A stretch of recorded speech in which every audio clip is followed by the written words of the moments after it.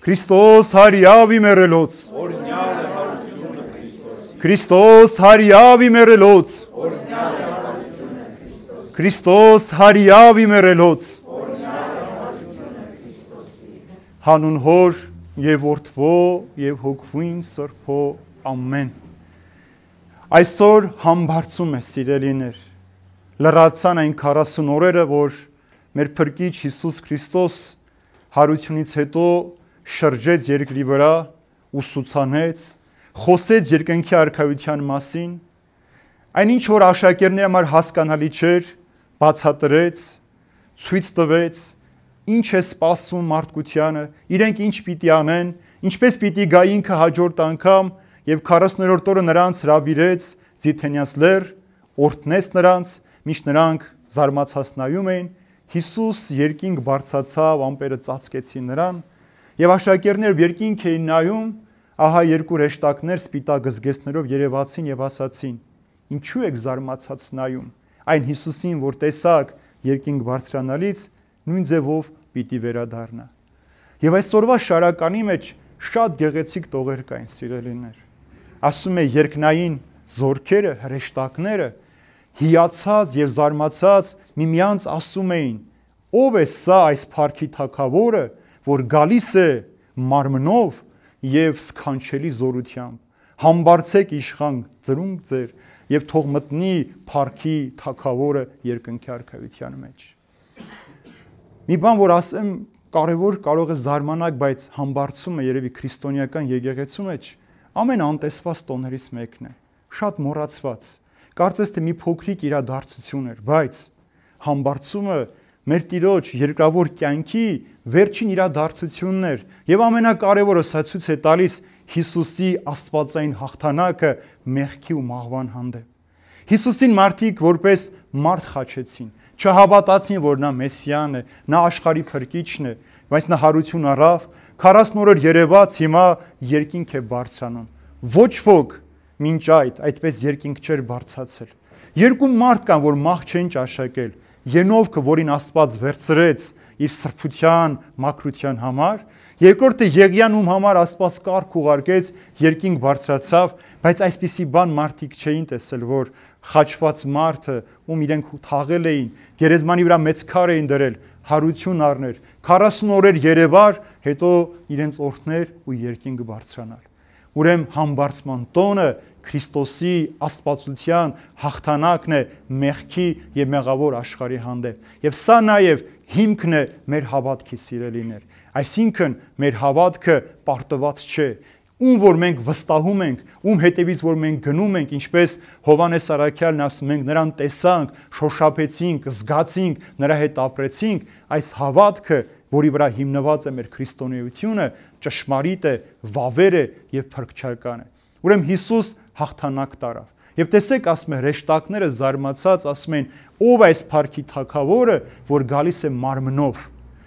Մենք գիտենք, որ Աստված երբ ստեղծեց տիեզերքը, 3 տեսակի արարչություն ուներ։ Հրեշտակները, որ ունեին հոգի, բայց չունեին մարմին, մարդիկ, որ ունեն եւ մարմին եւ հոգի, եւ կենդանիներ, որ ունեն միայն մարմին, ուրիշ ոչ մի բան։ Եվ մարդ այս ամբողջի լրումն ու կատարելությունն է, թե հոգով, թե մարմնով։ Հիսուս, որ անտեսանելի էր հրեշտակների համար։ Դուք ամեն անգամ նաև տեսնում եք պատարագին, որ եւ ընդ Սերոբեսն եւ ընդ Քերոբեսն ասում են քահանան իր աչքերը փակում էր, երեսը փակում է, ցույց տալ համար, որ մեղավոր աչքերով դու չես կարող տեսնել Տիրոջը։ Նրանց համար Հիսուս անհասանելի էր, տեսանելի չէր, բայց հիմա Հիսուս մարմնով հաղթանակած իր հետ հարություն առած սուրբերի հետ երկինք է բարձրանում, երկնքում պիտի բազմի փառքի թագավորը։ Սա մեծագույն հաղթանակն է, որ Հիսուս պարգևել է մեզ, հիշելու, որ մենք էլ պիտի համբարձվենք, մենք էլ պիտի բարձրանանք երկինք կտրվելով այս մեղավոր աշխարհից։ Երկրորդ սիրելիներ, ամենագեղեցիկ պարգև ունի մարդը։ Հիսուս երբ որ համբարձվեց երկինք, նստեց հոր աջ կողմում, որպես միջնորդ եւ բարեխոս Աստծո առջև մեղավոր մարդկության համար։ Պատկերացնում եք մեկին, որ ձեր ամբողջ կյանքում ձեզ համար միջնորդում է կամ բարեխոսում է շատերի համար, որպեսզի ձեր կյանքը կարողանաք ապրել։ Մենք ինչ մեղք գործում ենք, ինչ հանցանք գործում ենք, ինչքան որ մեղավոր կյանքով ապրում ենք, Հիսուս Աստծո առջև միջնորդում եւ բարեխոսում է մարդու համար։ Սրանից ավելի գեղեցիկ պարգև մարդը չունի, որ երկնքում իր համար Աստծո որդին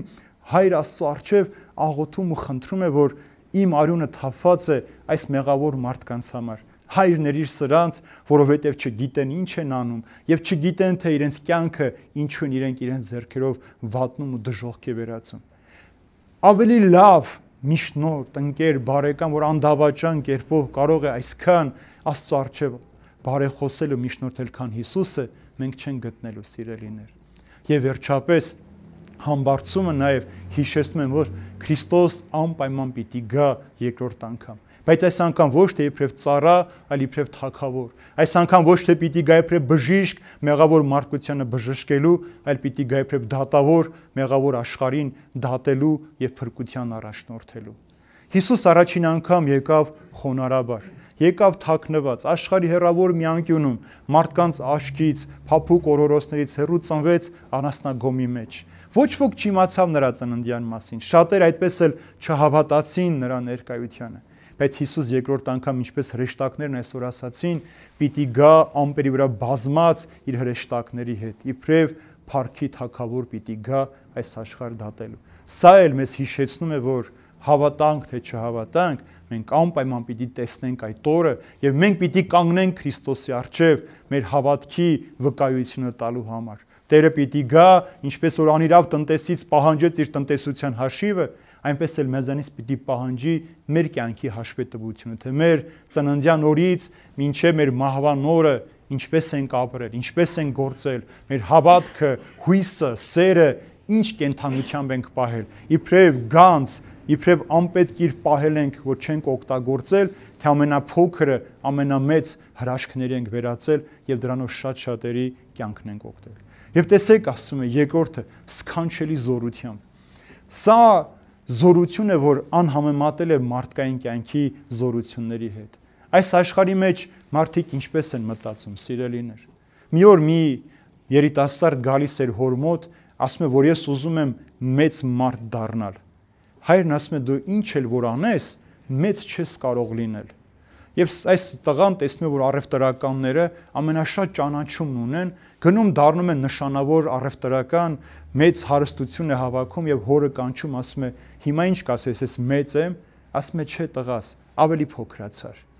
Հետո տեսնում է, որ զորավար լինել ավելի հռչակավոր բան է, գնում դառնում է նշանավոր զորավոր, իր երկրի համար տարածքներ ազատագրում, նոր տարածքներ է գրավում, նորից հայրն ասում է, որ դու էլի մեծ չես։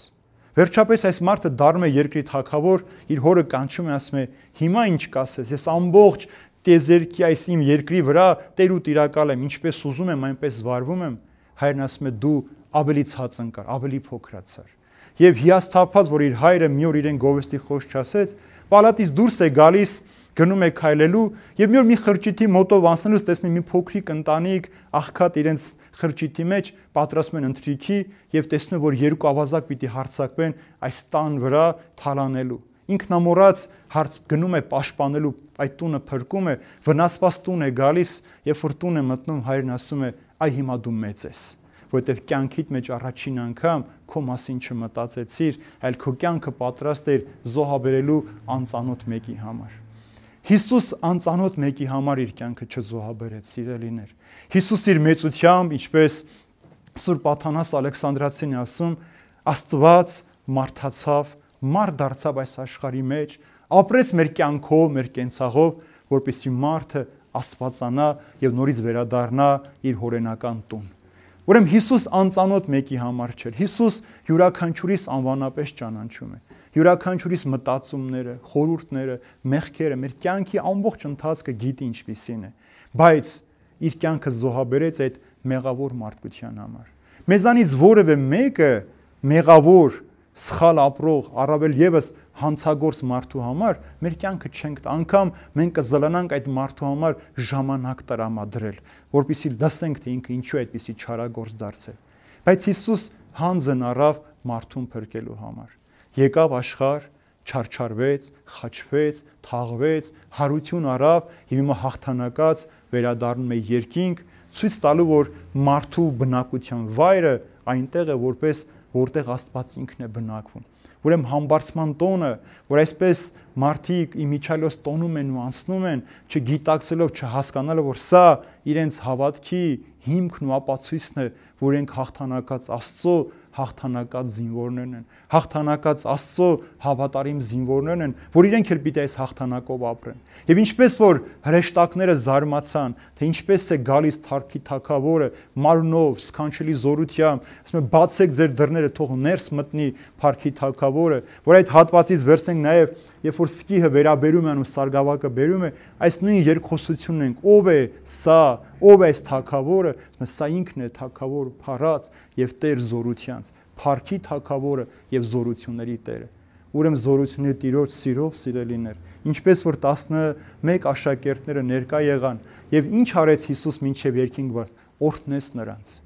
օրհնեց նրանց սիրելիներ։ Մենք այսօր այդ օրհնության կարիքն ունենք։ Մենք որ մոտենանք Հիսուսին, Հիսուս մեզ օրհնի։ Մենք իբրև մարդիկ շատ հաճախ ենք որոշում ինքներս մեզանով մեր գործը տեսնել, մեր աշխատանքը կատարել, վստահելով մեր գիտելիքներին, մեր ճարպկությանը, մեր իմաստությանը, մեր փորձառությանը, բայց առանց Աստծո ոչինչ չի լինում այս աշխարհում։ Եթե Տերը չօրհնի, մենք ոչինչ չենք կարող անել։ Դրա համար Սաղմոսերգուն ասում է, եթե Տերը քաղաքը չպահի, պահապաններ ինչքան էլ փորձեն, քաղաքը չի կարող կանգուն մնալ։ Եթե Տերը տունը չօրհնի, չկառուցվի, շինարանները զուր պիտի չարչարվեն։ Եվ այս համբարձման խորհրդի մեջ համբառնալ, նաև բարձրանալ, հարություն առնելու խորհուրդը կա, երկրից երկինք բարձրանալու։ Ուրեմն մեր հիշեցումն է մեզ, որ մենք այս երկավոր կյանքի մեջ ժամանակավոր աշխարհի մեջ ապրելով պիտի փորձենք այդ համբարձման խորհուրդը մեր կյանքի մեջ ապրել, որ երբ որ մենք էլ Տիրոջ հետ հաղթանակորեն մտնենք երկնքի արքայության մեջ, Տերը ասի. եկեք իմ հոր օրհնված եք, եկեք մտեք իմ ուրախության մեջ։ Այս ուրախության համար է սիրելիներ, որ համբարձման մեջ օրվա խորհրդի մեջ 40 օրը Տերը շրջեց։ Այս 40-ը խորհրդանշական է հոգևոր կյանքի մեջ, այսինքն մեր ծնված օրից մինչև մեր մահվան օրը Հիսուս շրջում է մեր կյանքի մեջ,